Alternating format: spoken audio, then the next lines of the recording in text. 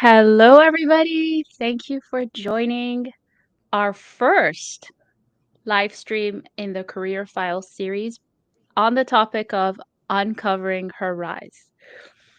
This is going to be a series of live streams, once again, live streamed on X, YouTube, and LinkedIn. We want to uncover, and my co founder and co host Justin will be joining us in a few minutes. We will be talking to successful female leaders in tech to uncover their stories and their rise and drop those gems with you all. Apologies for that as we go along. Today we have Kierra Dotson. I'm so excited. And I met her at the Commit Your Code conference, and my co founder just joined us Hi, at the Commit everyone. Your Hi. Code conference. So we'll be uncovering her story. I'll introduce myself. My name is Neda. I work for a financial firm. I also want, as a release manager lead, I just wanted to make this disclosure that any statement that I make during this live stream is my own and not a representation of the company I work for. We'll go to Justin and I'm super excited to start this conversation with Kiara and Justin as well, of course. Justin, Well, welcome. thank you guys. First and foremost, thank you, Kira, for joining us today. I've heard so much about you and I'm excited to dive into your story. Today's not about me, but for those who don't know, I am the job father, getting you the offer you can't refuse, executive recruiter with over 15 years of experience, and the co founder of this wonderful space, Unfeathered, and just happy to be here. So that's my only intro today. I'm excited to hear more from our special guest today. Yeah, so let's just hop in. Kiara, oh, I'm so excited to hear from you. I have like senior background. I don't think it'll do justice, but you are such a multifaceted person, dabbled into many things. You refer to yourself as a jack of all trades. I will say a Jane of all trades. Ooh, I love that. Yes. And let's unravel your story, but can you please introduce yourself, if you Yeah, don't sure. mind, for Hey, our everybody. audience? I am Kierra Dotson, aka the Data Conversationalist. I am currently an AI engineer at IBM in the pre-sales lane. But before that, I did cloud DevOps, I've done cloud engineering, and then also data. My focus is mostly on AI at this point, but I love data. I really love understanding how it helps businesses to improve and also how data is shaping how AI is, growing as this emerging technology. I also have the Data Block, which is my career coaching and consultancy firm that I've been doing since about 2021. But yeah, I just really love making content about data, talking about data and AI. It just makes me happy. You're also a speaker at conferences. That's how we met. You Yes. have a newsletter that you publish every 2 weeks, I believe, that Mhm. people can check on your LinkedIn and your website. All right. So I know you're from Austin. Mhm. I wish I had met you during my last trip there, but I didn't know who Kiara Dotson was then. Uh, just to say, I'm from Canada, I'm from Montreal, and my co-founder is also a career coach like yourself, and he's from Atlanta. So we're from three different cities, two different countries, and let's get started. One of the things that I learned by hearing your story and Juwan the Techie's YouTube channel is, and I absolutely loved it. You talked about how opportunities were not created for you. Actually, you created those opportunities. You talked about how many people from your class had parents who were directors at Google and here and there, and they already had, you know, the connections. And you said that you started from scratch. And Mhm. this is, I believe you mentioned something around in junior summer of junior year, that timeline. I don't know how long ago that is, but you said specifically that you went after companies that were not popular. Mhm. And one of the things we're really like, this is a recurring theme we talk with people all the time at Unfeathered is you mentioned how you contacted companies that were not so sexy and not so popular, and it was your curiosity, your attention to detail, and your charisma. And I saw you in those different, live streams that you were a guest in. You are such a great conversationalist. I'm just curious to hear, like, your perspective. How has that helped in your career? How did you become such a great conversationalist as well? Honestly, I think me becoming a good conversationalist came from my natural trait of curiosity. I'm always trying to understand more about people, about systems, about any new concepts, just so I can just to get a deeper understanding of what's going on.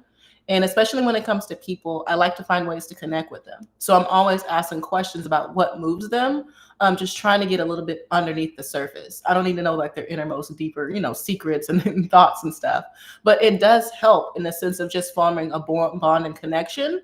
And I think a lot of people think of that as for like, more so like friendships or romantic partnerships, but it also helps in the workplace, especially during interviews. A lot of people think interviews are just about having people ask you questions about your knowledge and expertise. But in reality, you're also interviewing those people as well. Because yes, you might have the skills and you need a job, but as you go further in your career, you also like tend to understand, do I even want to work with these people? Like, do I like their personalities? Is this someplace that I'll get along?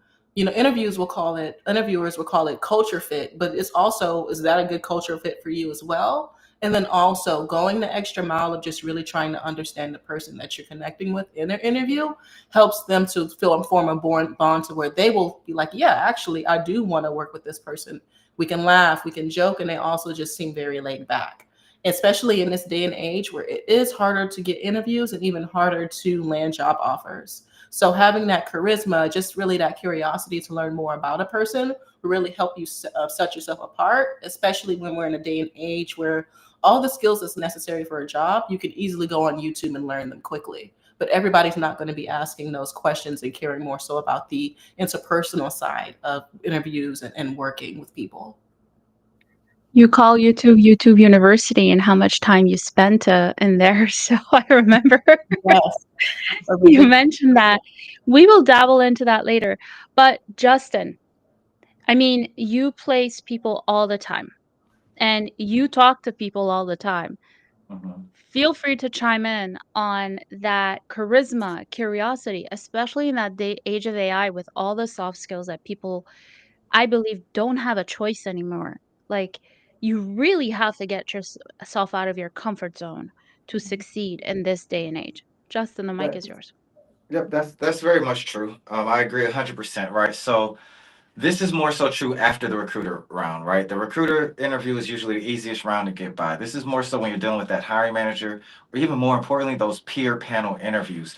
Specifically in tech, right? Every industry is different, right? Okay, so let's start with that. But for tech, specifically in data engineering, AI, it's more about that personality because your personality, the way you think, is what's going to make that job grow because AI is so new, because technology is always evolving. You have to be able to show that you're not just stuck in one place. So that charisma, number one, the ability to communicate across barriers, across racial barriers, across socioeconomic barriers, and across barriers in terms of entry level to C-suite will get you over that goal, right? Will get you over that finish line of getting that offer. I agree 100%. Now, I don't need to add too much on top of something that was very well said.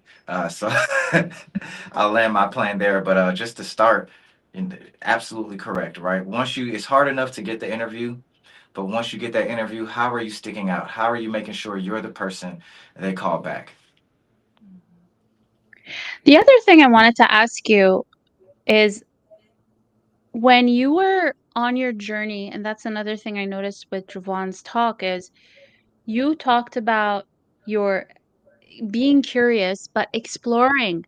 You said that you went and Googled highest paying job. Money is great, right? But I found it very interesting that you talked about the serendipity of exploring, that curiosity. That was like, how did how did you become so curious? Because you researched, you went into different things and you realized, that isn't necessarily for me. and then you found your way into data by Mhm. going during your internship, you found your way in data, dabbling into HR analytics, if I'm correct, and you realize, "Hey, that's my thing." Just kinda curious to dig into a little deeper, like, if our audience is finding themselves, Mhm. I think you've done such a great job at doing that. Yeah. We are constantly in a journey to self-actualize, to find ourselves. What's the next thing for me on my journey? Mhm.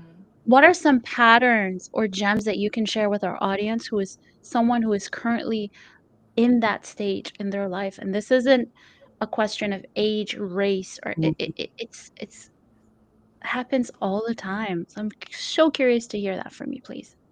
Yeah, sure, absolutely. And I just want people to know that it's actually very, very normal to feel a little bit lost or like worried about what's next for you and what your thing is going to be.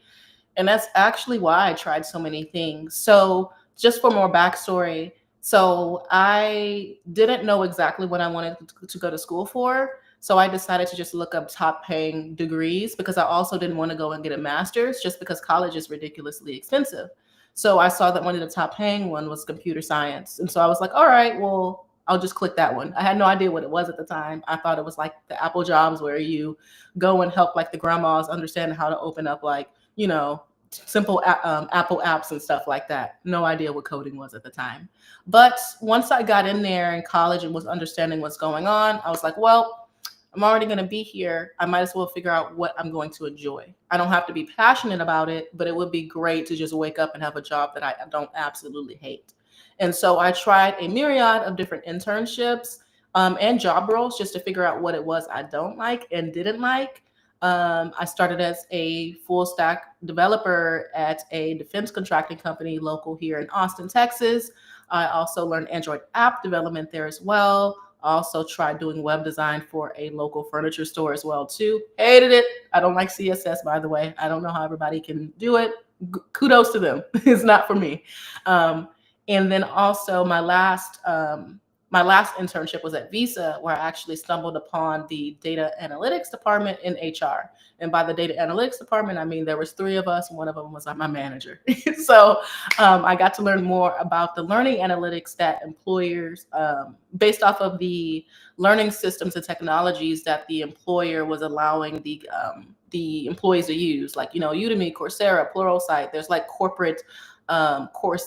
corporate ways you can use and get those training resources for free. On top of the compliance training, making sure people were taking their compliance training, that way they wouldn't get fined. I had no idea at the time it was data analytics because they had assigned me the role of learning technologist, whatever that means to this day.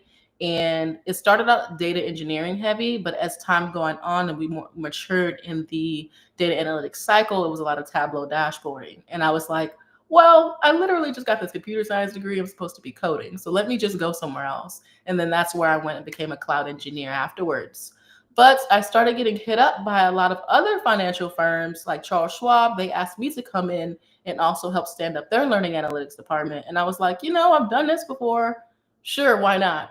And in that time was when I discovered that I actually really, really like data and I'm actually really good at it. And I think that discovery unlocked once I looked back at the job description again, and they were asking for 8 years of experience. Mind you, I was only a year out of school, but they somehow picked me out of all those other people, and it was just because of how much learning and a depth of my expertise was from helping to build out an end-to-end department for Visa. So that was really cool. But as far as, and then it doesn't stop there. I had to move to DevOps just to help facilitate some of the work that was needed there on my team. I've also done a lot of data architecture, things of that nature. So it really just came from me understanding all these new trends that are coming out and wanting to make sure I had a well-rounded skill set going on, but then also just really exploring what it was that I liked. But the best part about all of this was it wasn't all for nothing. Usually people say, well, I learned this one topic and now I'm on this other one and none of the stuff before matters. Actually, it does. So because I've done cloud engineering and cloud DevOps and also data, I can build end-to-end AI systems with no problem. Like the upskilling journey for me for AI was not that difficult in the sense of building out the systems. It was the machine learning part with all the math and stuff that was difficult. And that's, I think, I'm pretty sure that's what helped me to stand out in the interview I had for my current AI engineering role. They loved that I really understood all of the different areas or aspects of building out good systems. So honestly, it's just not being scared to try again with learning new stuff. That's what really helped. I don't think I would have made it this far if I was too scared and just stuck pigeonholed in just the same data role I had at Visa. Hey, can I? Listen. You said a lot of great things. I want to backtrack a little bit You did. to where you said you went from where Charles Schwab reached out to you, right? And you said, is that the you saw? You looked back at the job description and it had 8 years of experience, but they chose you. Can we talk a little bit about how did they know to find you, right? How did they know the things that you were doing at Visa? LinkedIn. How, So after I make sure at the time I wasn't the best at it. It was only until I was going on a job search that I would make a brag sheet. But because I kept track of all the good things I had done at Visa, I immediately updated it on my LinkedIn. And it was actually a recruiter that reached out to me on there. And they were like, hey, we saw you done some work for this exact role that we're looking for at Charles Schwab. Could you do the same thing there that you did at Visa? And me, I was like, this is kind of weird. Like I'm still a baby and, in the engineering role, but sure. And I took that chance. So that's how they were able to find me. so did you like do a whole revamp of your profile, or did you just have not just, or did you have like what you were doing under your position in your experience section? So I tend to revamp my profile after every job, or even not even every job at this point. It's really as I'm learning and exploring what the things are that I want to do. So before, at that time, which was, I want to say it's about 8 years ago at this point. At that time, no, it's not even 8 years. It's a little bit before that. But anyways, at that time, I did a revamp.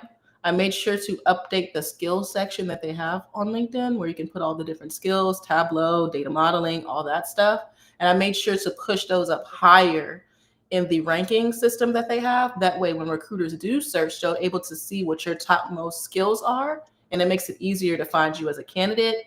I also made sure to go in and quantify the things that I had done during my internship at Visa and during my full-time role at Visa. So one of my biggest highlights for Visa was actually helping to save the company $30,000 in licensing contracts with renewing licenses for, I'm pretty sure it was Udemy at that time. We weren't using as many licenses as we thought. So when it came time for the renewal cycle, I built out a dashboard showing utilization rates.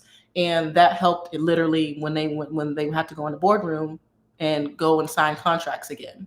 So I'm pretty sure that's what spoke to them. Also, the fact that I had built so many custom data engineering pipelines for all the different data or the platforms we were using to funnel data into our learning warehouse, or data warehouse is technically what it is. So making sure I just really quantified all the work I was doing instead of just listing out the basic tasks that typical data engineers and data analysts do. I think that really helped. And I go ahead. I love this. Oh, I have so many things to say. But after Justin, I just wanted to acknowledge some people here, especially Jay. But please continue. I do not want to interrupt your train So of thought because you're both onto something phenomenal. Please keep going. I am big on pronouncing names. Is it Kierra or Kira? It's Kierra. All right, Kierra. So thank you. First of all, I just want to say you're amazing. She hit it, and to our viewers, especially ones that follow the career files, follow myself and other career coaches. Some key things that she said. Number one, this was over 8 years ago. This is when the job market was in our favor, right, as a job seeker. But some things are still very true. She did work for a bigger company, right? You don't have to work for a big company to get their attention. You just have to get their attention. And what she said that caught my attention was that when the recruiter came to her profile, the recruiter saw quantifiable metrics, right? Not just not just things that she was doing, how she actually made effects, how she affected and benefited the company, and that spoke to the exact role that that recruiter knew the hiring manager was looking for. So she told her story, but told it in the way that needed to be told. So I just wanted to harp on that because we speak on that a lot, and I just wanted to make sure that you understand quantifiable metrics matter. How you tell your story matters. Update your profile as you learn a new skill, usually every 3 to 4 months. If you're currently employed and not job seeking, still update your profile on your resume every 3 to 4 months while it's fresh on your mind. I'll land my plane there because I still want to hear all the other great stuff she has. But go ahead, Neda. Okay, very quickly. And I have a few things to say very as well, very quickly. Say hi to some of our audience. Say it. Thank you very much for your I comment. He say said hi to you, Justin. Asked how you're doing. We have one of our co-hosts on the spaces, Jessica, the content queen. She is phenomenal, big supporter of the community. She said hi to you, Kara. Hey, We Jessica. have Jay. Now, Jay Juwan. is interesting. Juwan, yes. I appeared as a guest on his live stream 2 years ago. And then, Jay, all the notes that I took, most of them for today's live stream, are straight from your live stream. So thank you for giving us content to work. What's going on, Jay? What's going on, He He has Jessica? an Saeed. amazing live stream he as does. well. Please check his Actually, YouTube channel out. I just did. Juwan the Techie. Yes, Juwan the Techie. He's amazing. My first podcast with him was, I think, a month and a half ago. And then literally on Wednesday, I just spoke on a panel with him as well for a San Antonio Tech Week, another podcast. But yeah, he's great. He's great. Oh, he's amazing. I absolutely love how his style of moderating these discussions as well. He has a really great content. He interviews people and he cover uncovers their journey through different disciplines in tech. He's at, I think, over 80 plus episodes. So let's get back on topic. A few gems that I uncovered from what you were talking about, Kiara, is even this applies to me too. You made a brag list, and many of us, including myself, we underestimate the work that we do. Plus, we don't even know how to even translate what we do into quantifiable metrics. Luckily, we have AI we can use to translate, especially if we switch industries on our resume and our brand. So, people, numbers talk, quantifiable metrics talk. So, please do that. I just want to harp on that because you did mention that. Um, the other thing I wanted to mention is as you were open to opportunities, they chose you for an opportunity that required 8 years of experience. So you and I always say this, you need to have an open mind and an open heart. When you have that, when you're open to perspectives, ego and takes a back seat, you are able to attract those opportunities. Of course, the hard work, the grind, and all of that other things comes with it. We talked about YouTube University, Yeah. consistently upskilling yourself, and you mentioned that as well in your conversation with Juwan. Mhm. You have no choice because there's always something new coming in, especially in tech. So Absolutely. YouTube, like Udemy, skilling up. If you are not adaptable in today's market, what are you doing in tech? It doesn't even matter in tech. You have to be adaptable because we are all being impacted by this tech. So I just wanted to mention that. And Justin, please continue with your conversation No or the problem. next thing you wanted to say. But listen, so I kind of lost my thought here. Give me 3 seconds. Okay. Now, the major thing is another major thing is Kira sat down and figured out her superpower, right? She said once she figured out her superpower, once she figured out her superpower, she continued to upscale her learning. Be very weary, and I have a series coming out starting tomorrow, uh, or starting Monday, sorry, about all these certifications, all these different things, all of these different skills that you're learning. You have to be intentional about the things that you are taking the time to learn. Don't just go learn everything. Take the time, and Neda spoke about on our previous live of how to really sit down and have a conversation with yourself and kind of assess what you're great at and what you enjoy doing and couple those things together. Once you figure out your path, that's when you really attack the learning and the upskilling that you need to do. Please, people, if you're at the beginning, it's okay. If you're at the beginning of your journey, it's okay. But don't just keep yourself busy by learning everything under the sun. You want to be strategic. You want to be intentional and specific about what you're learning, so that it ties into everything that you're doing. Kira, do you have anything to add on top? Would you say that I'm on track with that? Do you disagree, agree? Yes, I 100% agree with that. I harp about that a lot on my page, on Twitter, or I guess X, because that's where I'm most active. Yes, so a lot of people, when they start out, they want to learn everything. A lot of it is attributed to, of course, seeing a bunch of people saying learn X, Y, and Z, and a lot of times that varies. And then, of course, it can also just be from whatever courses or training you're taking. It can be very much confusing. I always tell people the best way to know exactly what you should be learning and focusing on is to take 5 to 10 job descriptions from the same role that you're looking for, grab the most consistent overlapping skills, and then that's your curriculum. Those are the things that you should focus on. And that makes it a lot easier because you know exactly what most companies are looking for because they're consistently showing up in those roles that you'll be applying for. And then from there, I always feel like I have to add a disclaimer because a lot of people see me as multidisciplinary, which I am. I'm very much a polymath, but that came from years and years of studying different topics one at a time. So I wasn't learning DevOps and data and AI and all that at the same time. I took some time in each of those roles for years to really understand the fundamentals of what was going on. And then because I knew the fundamentals very well, I was really good at the role. And I also saw how those fundamentals applied to other roles or other disciplines that I was focusing on as well. This was not overnight. I have been in doing this for almost 8 years now. So that's a lot of time for me to build up that skill set. I didn't learn all this in 1 year. And you don't have to feel like you have to learn everything too. You know, sometimes it's just not for you.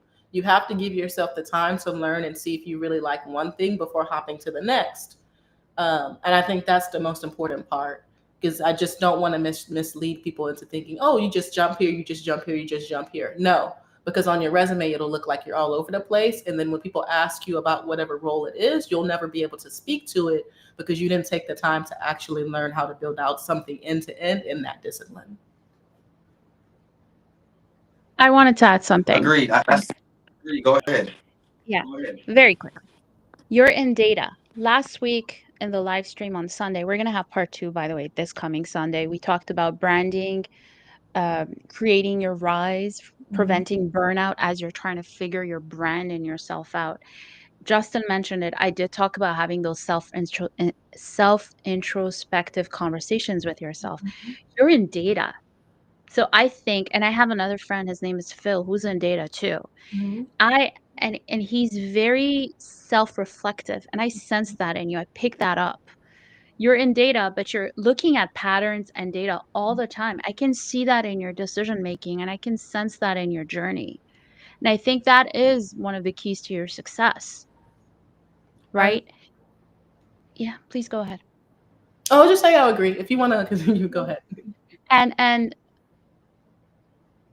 the other thing I wanted to say as well is I'll let Justin speak, but I wanted to talk about afterwards some moments that really shaped you. Some people that said some things really, I'm sure, got you fired up and running. But Justin, I don't want to interrupt your train of thought. Please go ahead. You're good? I was done. I was done. I was saying go. You're going Okay. exactly where I want to go ahead. Okay. When someone tells me that I can't do it, that fires me up. Now, I know in one of your interviews you said how a university professor or one of your professors told you you won't make it. Mm-hmm. And the other thing I wanted to say, we are both women in tech, Mm-hmm. right? That pressure, and I don't know if you feel it, but I am outnumbered I feel outnumbered. That especially, I'm not a black woman, but you are. How has that, especially feeling that outnumberedness during your studies in your program, what kind of pressure or unspoken pressure did you feel? Yeah, this is a great question. I didn't realize it at the time because it felt like I didn't have a choice to acknowledge the pressure, but it was a lot. It was a heavy, heavy weight on me. Considering I went to UT Austin, by the way. Yes, and of course the at least the computer science program is predominantly white and and it's Pan Asian. So the issue with that was there's less than 2-3% of Black people there, and a lot of them at that time were also athletes. And I'm not sure if y'all are familiar with collegiate sports, but majority of their time is given to training for the sport that they are, performing.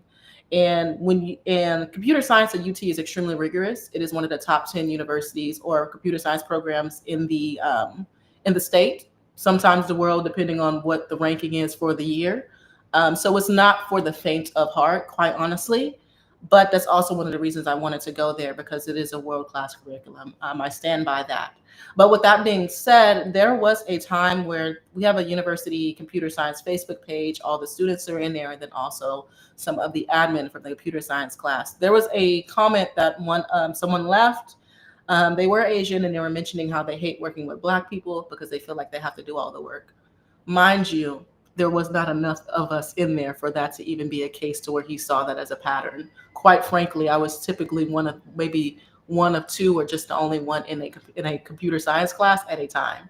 So that was just him being racist just to be racist. But then there was a pile-on with literally 115 different comments of people agreeing. And so I didn't stand for it. It's really awkward. So of course I was in there trying to fight back on that. And that's really difficult to do when your thing is, I was much of a loner in college, but it's really difficult to see these comments and then realize you have to go to school the next day and sit next to these people, and you don't know who is who. So that was immense pressure on me as well too, because it's like none of what you're saying is even true, because like, when you look at the numbers, it's not statistically possible. And then two, yes, my first year of college, I did have the basic computer science class where you're going to learn your basics of like for loops and stuff written in Java. As soon as I got there, again, I had no idea what programming was. So when I had my first class was about for loops, I was like, who? I had no idea what was going on. So I went to the office hours. And as soon as I got there and I was trying to explain, to the professor, could you walk me through for loops? I'm just a little bit, lost. I'm new to this. He literally looked at me and was just like, yeah, you're not going to be able to make it. You don't have the logical brain for this.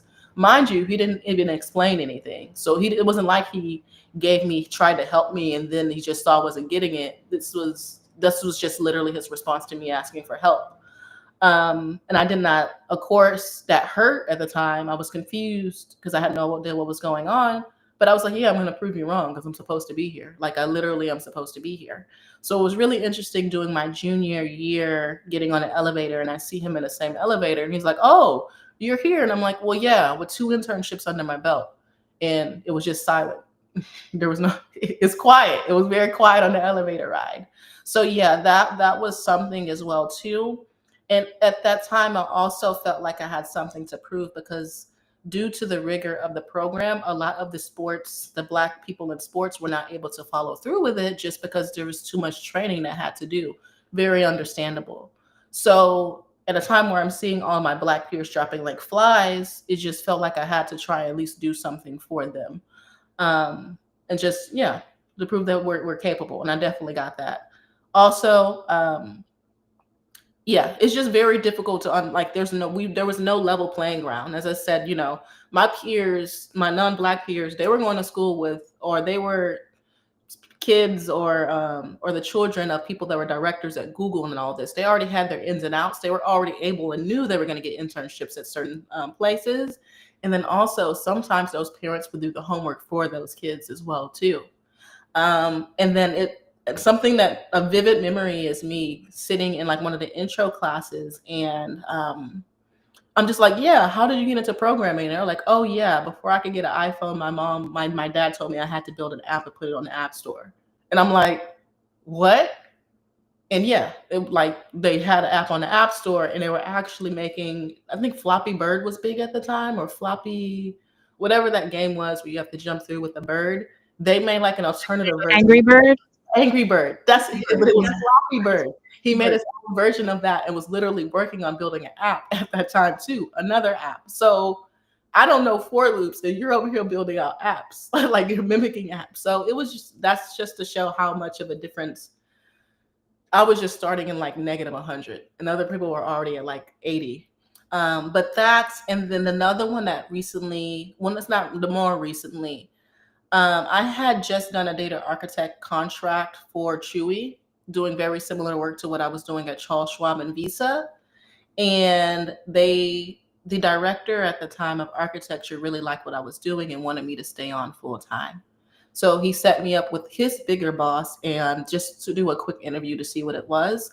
And before we could even get to the conversation, that person told me, yeah, you're not a real data architect. You're more so like a data modeler, which caught me off guard because I had already had really good, support from my boss. So it was really weird just out of nowhere to hear that.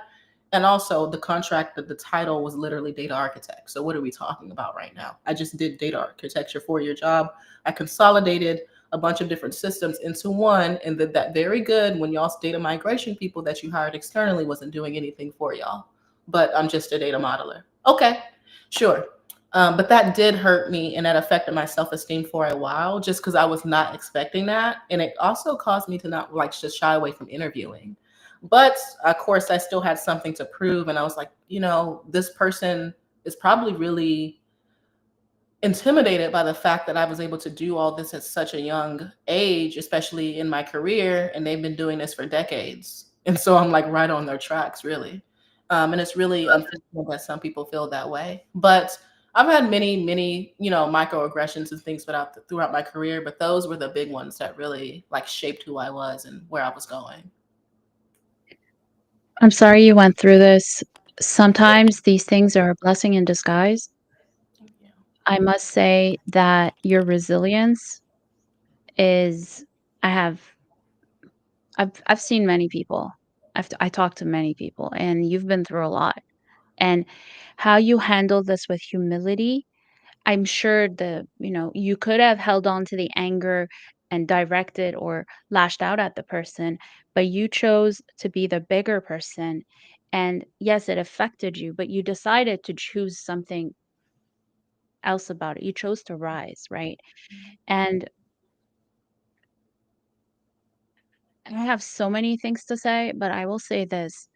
This is a decision that you made to do something about it. And these these statements will keep coming.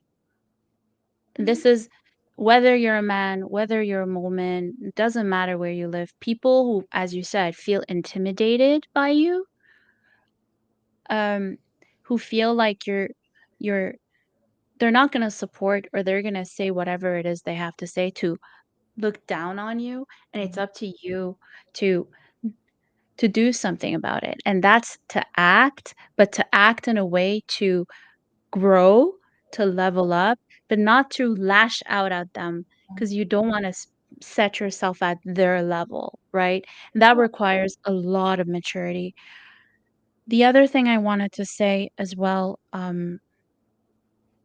it's not easy, especially as a woman and especially as a like, I myself, I'm a first generation immigrant, right? I don't feel the pressure as much because my parents brought us here 35 years ago, but I talk to my friends who are here, who recently arrived, and they feel the intimidation, they've sensed the racism, the prejudice as well, and they could either decide to do something about it or give up. And you didn't give up on yourself despite all of that, and that is very admirable. So I just need to salute you. And the other thing I wanted to say is you can choose, and you mentioned that earlier, that they hired you for a job with 8 years of experience. That's another perspective. You can let the job intimidate you. You can let the fact that you're in a college with 97%, Pan Asian and white people intimidate you. You can let, so many other factors intimidate, or someone telling you that you're not going to make it intimidate you, or you can choose to do something else about it. I always say is life is a sum of choices and decisions. The outcome will depend entirely on the angle that one chooses to decide on. So I Yeah. just need to salute you for that. You've reinvented yourself consistently over the years, and I have a lot of respect for you, from one woman to another. Like, that reinvention from front end, data, DevOps, content creator. And I also noticed that you have an interest in fashion, which you haven't really talked much about. Yes, yes, I will. But before I get to, I do want to add one part in there. A lot of what, because you were talking about how people will get you down or say certain things you don't like, lower yourself to their level. So a lot of times, over time, I've had to understand not to take things personally, because a lot of times what they're saying is just a reflection of how they feel about themselves. Typically, it's how someone is treating you, and they're treating themselves like that 10 times better or worse. And a lot of times you're just a mirror for somebody. I actually had to learn about emotional intelligence, and I think that's helped me to become resilient. There's one book that I always recommend. It's called Master Your Emotions. It's by like the bot. I don't know how to say his name. It's very interesting, but the bot Marus, and that helps me so much when getting through situations like this, as well as speaking to the earlier points of being charismatic and just understanding how people are and what they might need to hear and things of that nature. And then, quite frankly, I know this might be too blunt, but you losers are losers. You cannot like then that's one thing about people. If they are like that, that's just how they'll behave. And they will make sure that everybody knows that they are a loser in some shape or form or fashion. And it might seem very rude, but that's just quite the truth, because you don't like attacking someone out of nowhere is really weird. But yes, as far as fashion, I love fashion. I think it's amazing, especially the beauty aspects of it too. I think that when you look great, or when you look great, you feel great, and then you perform better. And I take that with me when I do my speaking engagements. I think it's a part of the whole me talking. It's a part of that. People can they see me before I open my mouth, and that also helps to help them tune themselves to how they will perceive me, and like especially when I give a talk. I think that one of the parts of my brand is just beautiful, looking as good as possible, not just for other people, but just for myself. I think a lot of what shaped me not to be that person, but I went to two Beyonce shows this year. I had never seen her perform before, but how she carried herself and how she brought herself on stage really showed how much she took herself seriously, and that reflected in the quality of work and in her performance as well too. So I try to apply those same thoughts to myself as well too. It's a little bit non-traditional considering we're in tech. It's very much tech bro with like jeans and t-shirts and stuff, but I do think that it really helps me with making sure I'm making an impact. Some people might, and I know we've heard a lot of like, oh, women should be like men to be taken more seriously, but it's like, well, no, you know, if we were supposed to be like men, if there would just be only men, or just no other genders would exist. So, with that being said, I ended up starting a startup that's dedicated to fashion and beauty at the intersection of AI. I've been working on that, and then also expanding that into eventually a research lab. I just think it's really cool. I think there's so many ways that we can shape fashion and beauty and the way that we consume those things with AI. But my whole twist on it is that it should actually focus more so on personal curation of your best self versus consumerism. I think that, and a lot of that again is just shaped by who I am, not following trends, but more so following what works best for you and makes you feel great. I think that's extremely important, and I think that when people, once they start to feel more and more like themselves, instead of just focusing on what other people are doing and following that, there'll be better outcomes in the world because everyone will be more confident.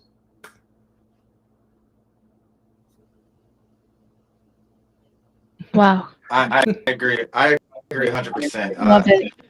There's a lot said there. I do want to kind of backtrack on, and forgive me for looking down. I was just looking at your page, Kira, just to make sure I can understand your background. It's an amazing background, and I went down a rabbit hole there. But I do want to speak on, the microaggressions and how you deal with it. And everybody that's watching, this is a soft skill that hiring managers look for during interviews, right? So you have to be careful, especially when you're doing panel interviews. They may put you on that panel interview with that jerk that's on your team, right? They know what they're doing, right? They want to see how you respond. They're going back, watching the interview, watching the notes, seeing how you just to them when they ask you how you felt that interview went, right? And not to make everything is not about race or things like that. I don't want to take it there, but and I'm not a black woman, not a woman at all, which has there's rather what you are as a woman, you deal with your own microaggressions, right, within the workplace, any workplace. But as a black man, I went to Georgetown myself, another predominantly white institution, right? And you had to learn how to deal with those microaggressions and succeed. You use it to fuel who you are. And as I began to work, especially working in talent acquisition, which is really close with HR, you figure out just exactly what Kierra said. Everybody, people who give you those microaggressions are just spitting out what they feel about themselves or what they fear about themselves, right? So how do you deal with that? You succeed.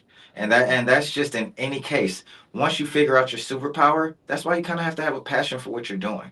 You have to have the wherewithal to stand up, stand 10 toes down, as the kids say nowadays, and really focus on what you're being great at. It's not responding all the time. You can respond and stand up for yourself, but make sure it's in a way that it's not damaging your brand. Because nowadays, in today's world, maybe not 5 or 6 years ago or 15 years ago when I was in college, but in today's world, how you stand up for yourself matters because it speaks to your brand. The best way to stand up for yourself is to show and prove. Go educate yourself. Have a memory of a goldfish, meaning a goldfish's memory is maybe 1 second. Let it roll off like water off your back. But then when you come into that elevator with that person who told you weren't there, you can just, hey, look, yeah, I'm still here and I've done this, this, and that. And like she said, it'll be silence, but guess what? You know you won.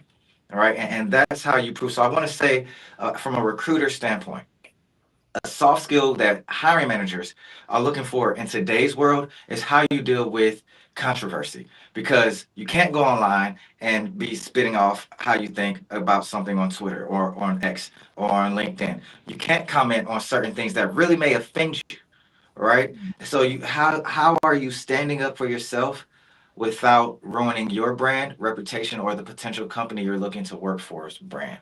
All right, especially with all of these facial recognition things, bigger companies like IBM, Facebook, Yahoo is coming. These companies, they have really good search algorithms. So when you're interviewing, guess what? They're putting your name through the system. And if anything negative comes up, 9 times out of 10, that's probably why you got ghosted, because companies like that tend not to ghost you unless there's an issue.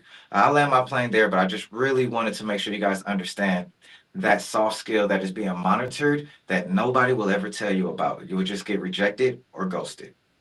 And we can keep going from there. We can keep going to the next topic. Kiera, anything to add? I 100% agree, especially with your personal brand and how you're showing up. That's why I recommended that book about mastering your emotions, because it helps you to stay in tune with yourself, and then also not to take things to the point where you blow up and you'll do something soon that you'll later regret, all because somebody was just having a bad moment or bad day or maybe even bad life, and they just decided to take it out on you in that moment. Um, as someone with a huge following on Twitter, X, which is very, notorious for people just being really angry and irate because you could have said the sky is blue, you really do have to learn not to respond to those things. Quite honestly, for me, maybe this is not good for people. I run my page like a dictatorship. So in the sense of whatever I say is what I said. If you want to respond or quote tweet, that's fine, but I'm not going to respond to you just because, one, it's not worth it, because whatever I'm usually talking about is not something that is harmful. And then two, like you said, if you're known as someone that's always like gonna respond to people saying anything negative to you, people learn to pick up on that. So not only will people start to respond to you more to spark negativity coming from you, but it could also hinder you for any other opportunities down the line, regardless of if it's from, employers. Maybe someone wanted you to speak or so X, Y, and Z. So if you're known to be the person that's in drama, regardless of whether you started it or not, that reputation will precede you. So you always have to keep that stuff in mind. You might not have to be as, brutal or strict as I am, but I've learned that running that strict program has actually helped me in the long run, in the sense of just dealing with nonsense. I just really think that you should learn to not deal with nonsense, because it just slows you down in so many ways, and you won't realize it until after the fact. Like, dang, this person said something really silly, and actually it doesn't matter in the grand scheme of things. Also, someone saying one bad thing will not ruin, like, don't let that ruin the rest of your day or whatever. Just let it roll off of you, because there's probably a lot more other important or bigger things to focus on for the rest of your day. Yeah.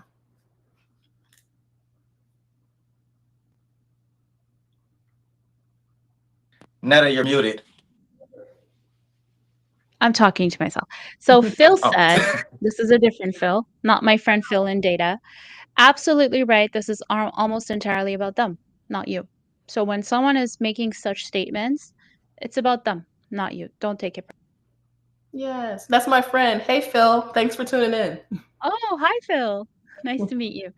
So your entire story is about exploring. It started off with let's go into it because of the money. Then it started with it's not for me. So you started exploring, you learned, but there was a lot of serendipity moments. But what really sets you apart is you compete with yourself, Mhm. but you have a story of resiliency. You're reliable, so you're reliant and multidisciplinary. And the next point I want to get into is we talked about how you're in data, but you use that data with regards to self introspection to figure out your next move. But at what point did you realize that, this is my superpower? XYZ is my superpower. I'm actually on that journey myself. And I want to know, what did you do to figure out something is your superpower, and what did you do next with that? Yes, sure. So, aside from the trial and error that I talked to y'all about going through the different disciplines, also just the ability, honestly, it goes back to like critical thinking, systems thinking. Under Despite all the other things that I'm done and data and AI being what I'm good at, I think those two traits are really what's carried me throughout my career. Because as you mentioned, the pattern matching is something I'm very good at, but it all boils down to that critical thinking and systems thinking. Very much cause and effect. If something happens here, how will it affect me or either whatever I'm working on down the line? Also, just questioning things. Okay, I'm hearing this. How do I feel about this? And will I might have some bias based off of what I'm hearing? Could the other person have some bias based off of what position they hold and whatever they're talking about as well too? And then also tons and tons of research. I actually just really love research because it's really cool to just unlock certain things and hear about other people's perspectives on topics and things of that nature. Down to the point where even me searching and learning stuff for my field, even just more so learning about personal development and things of that nature.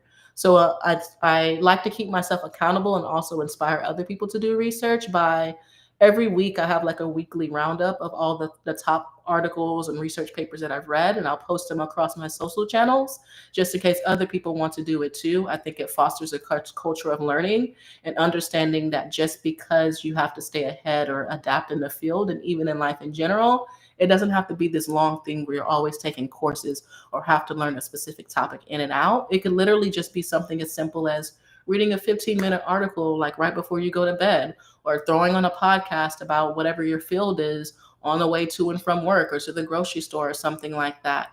It's still small habits to help to reinforce critical thinking and just systems thinking as well too, and that helps strengthen you even on a day-to-day, even if it's not a topic that's related to your job.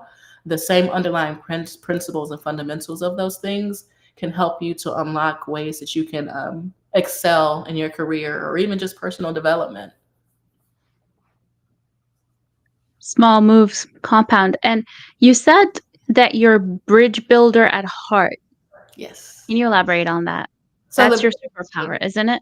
Yes, I guess, yeah, technically you could say that. The bridge building comes from being multidisciplinary, just understanding how all the different disciplines could relate to one another, even if it's not traditional. Like in, for instance, at the Black Women in Data Conference, which was in the middle of September, I had to give a 2-hour data architecture workshop. And data architecture and sitting in a room about it can be kind of boring after a while, no matter how much I like it. I try to make sure the content and the teachings that I give are more relatable and have some humor in there just to have fun. I think that's also a principle that we'll probably get to later. But I just want people to have a good time learning, because learning is not supposed to be boring. Like you're always going to be learning. You're a human. There is no finite definition of what you should be. So therefore, you should get used to learning and figuring out ways to make that effortless for you. But back to the topic of the workshop. So again, we talked about the fashion and how I really like it. I was just like, what if I reimagine this in the way of building out your dream closet with building data architecture? So we literally walk through the data architecture lifecycle from the lens of building out your dream closet. We've all seen like the closet tours of like on YouTube and like influencers and stuff like that. So I let them do that same thing there, understanding, just in general how systems work, what that would look like for having, your dresser versus like your jewelry drawer, and then also just hanging clothes and all of that. We even broke it down to like SQL tables and stuff.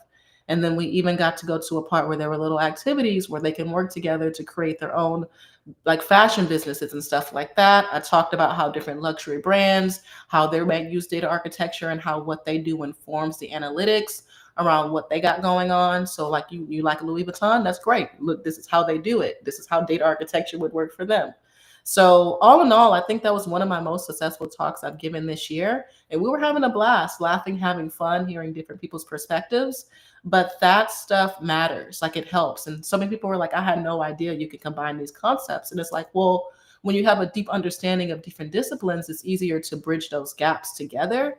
Same thing with like DevOps. I understood how to apply it to AI. So I have a framework that I've been talking about all year too, called Agent Ops. And you were there for that talk about how to use DevOps for AI agents and build really reliable AI agentic systems. Very cool. I made a cute little chart to go with it too. It's very cute and girly, and it helps to stand out to make sure it's memorable to people. You always want to find ways for people to remember what you're saying in the conversation. That way they're not seeing it as fluff or either just something boring and they move on. And to remember you in the process, right? Yes, You're exactly. very relatable, and Thank you. that's what makes you memorable. But Thank you. I have to say, as you were talking about your talk, I was just imagining it. I'm very visual. Mhm. Just imagining how in the world beauty, fashion, and AI are connecting, and how you're able to weave a story and an experience Mhm. is out of this world for me. So we need to wrap up very shortly. Justin, any last words or anything else you would like to ask Kara? Please go ahead. I And thank you so much for your time, Kara. This has been, I really enjoyed this conversation, I have to say. I Thank you did. for I making the time. I We no never no host the live stream at this time, but you made it like totally worth it. Oh, thank you so much. I agree. No last words from me today, because I want to take the last couple of minutes just to give flowers to our special guest here. You're amazing. I already know that you know these things, but I like to give flowers when I'm able to. You're amazing. You definitely walk in every room like you deserve to be there, which you know you do. And thank you so much for being here today. I look forward to continue to dive deeper in you are. I hope to cross paths again. And to anybody that's watching, remember that you do matter. You do belong in the room. And if you don't know your superpower yet, that's okay. Okay, your superpower first starts with what you're good at and what you enjoy doing. What do you enjoy doing? And if you're not great at it yet, become great at it. Myself, Kira can probably speak to this, and I know Neda can. We didn't just become great at what we do. We practiced. We put one foot in front of the other, and we kept going. All right, and once you keep going, and once you start to be consistent, that's the word I'm looking for. Once you start to be consistent in what you do and allow the open your mind enough to change and shift when needed, you will figure out your superpower. So take the time to figure it out. Kira, you are an amazing person, an amazing woman, an amazing data scientist, and everything that you do. Thank you so much for joining us today. And again, I look forward to following your journey more and hopefully cross paths again. Yes, thank you so much for having me on here. I deeply appreciate it. Just to piggyback a little bit about what you said with finding your superpower and building being consistent. I think that confidence comes from doing things consistently over time. It's like the snowball effect, and that's how you build that. Quick wins, small wins, they all snowball over time. So doing the things that might be difficult, but you should do, that helps to build that confidence down the line. And that's what shaped me to who I am today. I had a really nice compliment from one of my friends who said that she really knows me to be the person that does hard things, and I felt really grateful to hear that because that's really true. But the whole point of that is because I want to be really good and I want people to know I'm really good.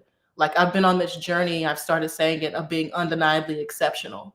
I might not be perfect, but I will be exceptional to the point where you have no choice but to recognize who I am. And you have to respect that. Even if you don't like me, you might feel X, Y, Z about it. And that's also who I make content for at this point. People who really just want to be outliers and good at what they do. It might take some time to get there, but you're going to get there because you're determined to, to shine, to be good, to be known to be someone who's very good and at least resilient. But yeah, thanks so much for having me on here. I've had a blast talking to you all, and I look forward to, of course, speaking with you all again in the future. Yes, and We would love real to quick, have guys, you listen. again. Now, real quick before we end, everybody who's watching, we had some people who commented that we weren't able to get to. Thank you very much for engaging with us. But if you're watching this live or later on, and you got something from what our special guest had to say today, tell her in the comments.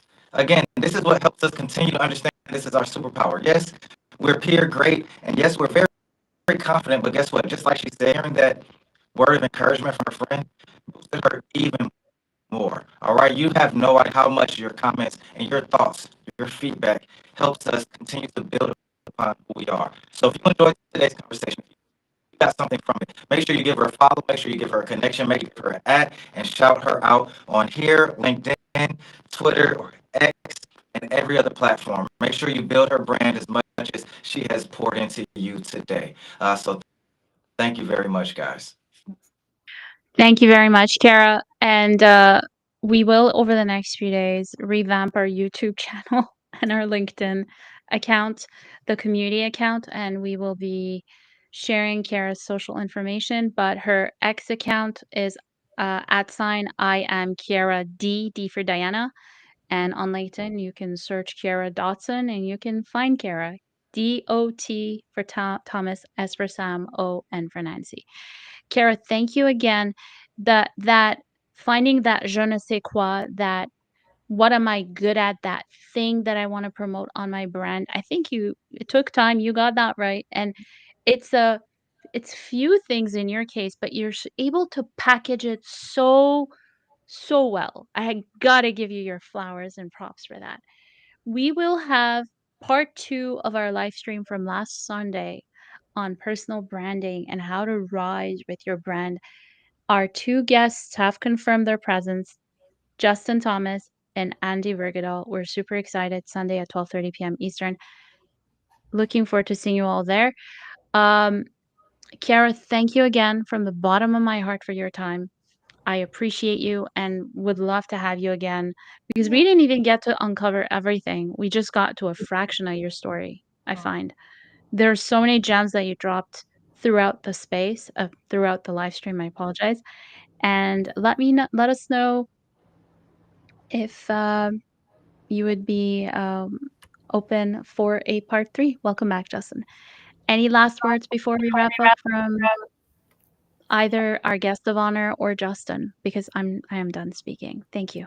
Kira, you first. If you have anything. Yeah, thank you so much for inviting me on here. I've had a blast talking to you all, and just, the different questions that you asked unlocked a lot of different things that I haven't really talked about. So, and I'm hoping that hopefully, the listeners and the viewers get a lot of gems from here. Because, yeah, it did take some time to get to this point. I wasn't always this confident, quite honestly.